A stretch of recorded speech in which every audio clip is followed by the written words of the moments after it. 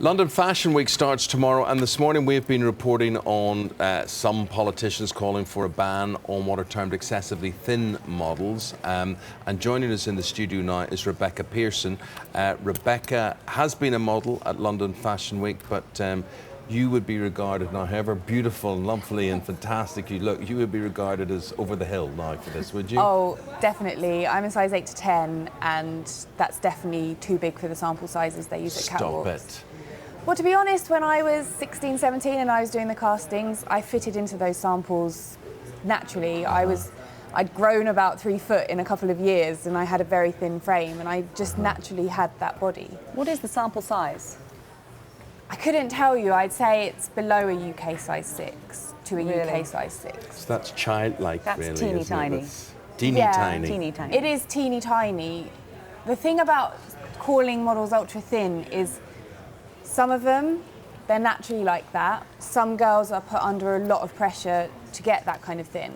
So what my issue with this is politicians saying they want to ban ultra thin models. Yeah. It's kind of body shaming in a way. What I would rather people say is get designers to stop making tiny, tiny clothes, so then models won't have to slim down to get into or them. is it the magazines, or is it the big companies that fund all of this? Who is the part, or is it Where the does the buying pressure come public? from? You see, look, as a man, right, I might be stupid and naive about these things, but I would just look at an attractive woman walking down a catwalk, and I wouldn't think, she's not the right size for that. I'd think, oh, Hannah looks lovely in that, or Rebecca looks lovely in that, whatever.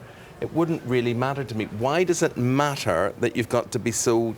Well, I think we were talking about this the other day, actually, and there is a certain look that designers just want their clothes just to hang off effectively. Like these heroin chic sort of looks. I mean, that's taking it too far, but I don't think, am I right that designers don't necessarily look at the model as an individual person, and they just say, I want someone with, this sort of width, shoulders, and just a walking coat hanger? Really depends on the designer, because if you look at someone like Jean-Paul Gaultier, he uses an incredible range of women, but that tall, thin physique is seen as the ideal coat hanger for clothes. However, there does come a point, I think, when it's distractingly thin that some of the models are. Well, we're going to look. We're going to hear now from what is termed a size 0 model. Now, forgive my ignorance again, but you were talking about size 6 there, sub size 6. I mean, you go 4 to 0. Is that really? Is that the way it is? So. I've never seen a size 0 in a UK shop. You're going to see one now. Okay, here. Okay. So here's the size 0 model. When I look in the mirror, I see someone that's healthy, and I'm living by my own standards. I eat balanced meals, so I think that I look good and I look healthy. It's just the bigger modelling agencies and the bigger brands. They want girls that fit into the industry standard. So you need a 35-inch waist or hips, and that's just not... It's not like a standard that you can live by if you want to be healthy as well as fit and fit into the modelling industry. It's just kind of an impossible standard.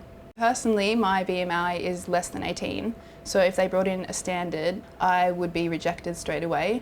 And I think almost probably 90% of models have a BMI less than 18, so every model would be out of a job.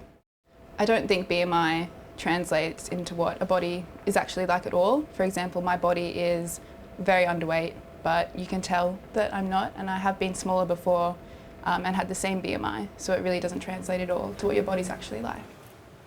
Big debate on Facebook about this as well now, since we've been talking about it all morning. Should the industry reflect all shapes and sizes is the question that people have been answering.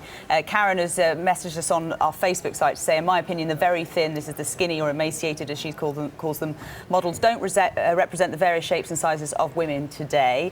Wendy also says, I find this very offensive, and why would you want very thin girls thinking there is something wrong with them? There are plus-size models out there too. Should we ban everything that is thin and fat and just have size 12 or 14? So that's being, I suppose, the standard size on the high street is probably, I think, a size 12 to 14, I would have thought. But I do really agree that there is a certain body shaming here. Yeah. And I agree that that's not a very healthy approach. I think you could go with a lot more logical, less emotive kind of way about this by just saying, don't make the clothes so small, or don't book girls who are that thin in magazines, and the girls won't have to get that thin.